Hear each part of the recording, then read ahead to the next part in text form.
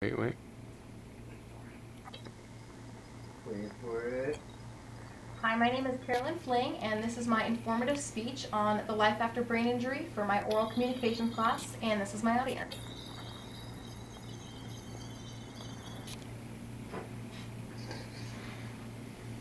All right. Each and every day, more people will sustain a traumatic brain injury, and though it's just as common, it's not as well known by the public as its other diseases or injuries such as diabetes or cancer.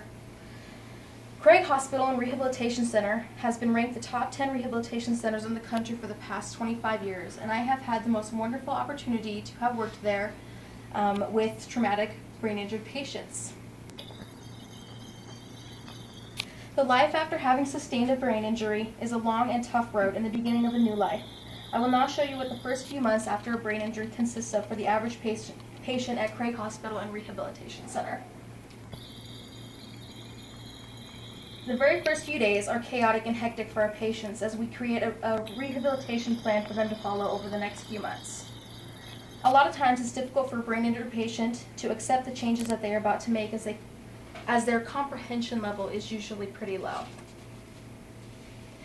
When you injure a part of your brain, it has to slowly work itself like a muscle would in order to regain some of its previously learned functions and abilities.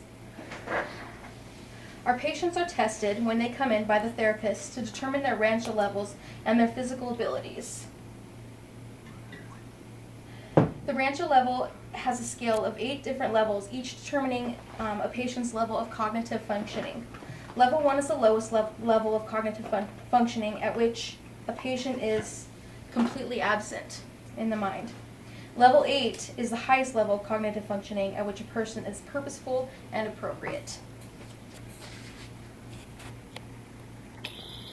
While at Craig Hospital, there are 3 main types of therapies that the patients go through.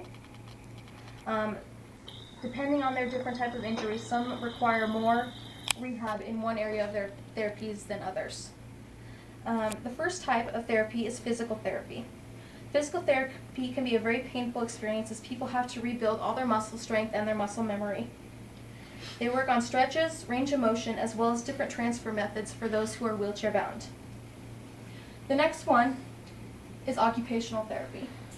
During occupational therapy, patients learn how to do much of their normal daily activities and fine motor skills, such as brushing their teeth, brushing their hair, or shaving,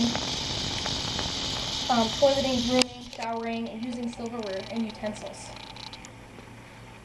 A lot of patients will still always need some sort of help even after rehab or supervision when performing these activities so that they remain safe. The next therapy that we used is speech therapy. In my personal opinion, this is the most important form of therapy because this is where the therapists break the communication barriers between the patients. They start off by teaching the patients ways to communicate, such as saying yes or no, thumbs up or thumbs down, or drawing or pointing to pictures or letters on a board. When patients are further along in their speaking abilities, sometimes their words do not come out right or don't make sense. Sometimes the words are combined in the sense they don't even, not the right words that they're supposed to be using. When a patient speaks like this, it's called being aphasic. It's likely that they are understanding about as much from you as you are from them. Speech therapists also work on the memory parts with patients, as well as swallowing and learning how to eat again, as some patients have to start off with pureed mashed foods.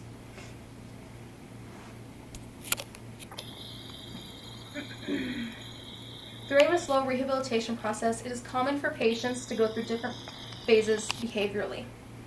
Studies have shown that the worse a patient seems to get behaviorally is actually a sign that their brain is waking up or that they are progressing.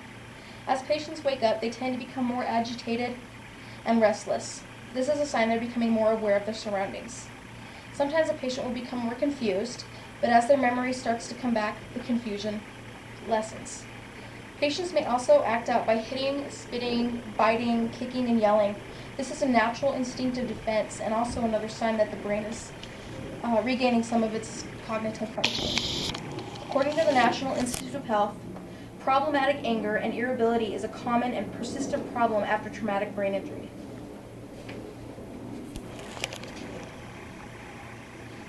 Conclusion. The life after brain injury is a long and difficult journey. Being able to watch, for me to be able to watch the steps a patient takes from the time that they come in to the time that they leave is a very rewarding career. The rehabilitation process does not stop after Craig Hospital, but it continues on for the rest of a patient's new life. Whether a person fully recovers from a traumatic brain injury or not, it is a life lesson of gratitude and appreciation learned for everyone. Thank you.